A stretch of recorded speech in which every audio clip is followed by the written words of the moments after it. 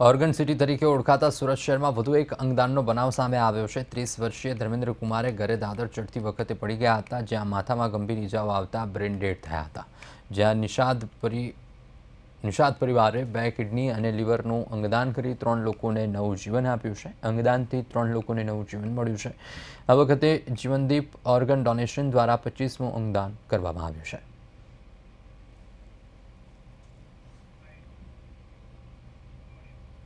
જીવનદીપ organ donation foundation Surat ગતરોજ diamond હોસ્પિટલથી doctor Haresh Pagada સાહેબનો ફોન આવેલો કે અમારે ત્યાં એક બ્રેન ડેડ પેશન્ટ છે, તો આપ આવો તો આપણે બધા સાથે મળીને તેઓને સમજાવીએ।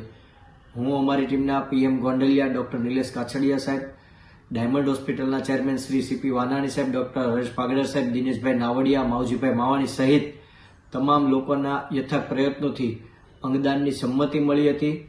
વિશેષ આ ધર્મેન્દ્ર કુમાર 32 વર્ષીય યુવાન હતા, તેઓનું આકસ્મિક બ્રેન ડેડ થતા તેઓના થકી 3 લોકોને નવજીવન મળ્યું છે। લીવર અને બંને કિડનીઓનું દાન IKDRC અમદાવાદ દ્વારા સ્વીકારવામાં આવ્યું હતું।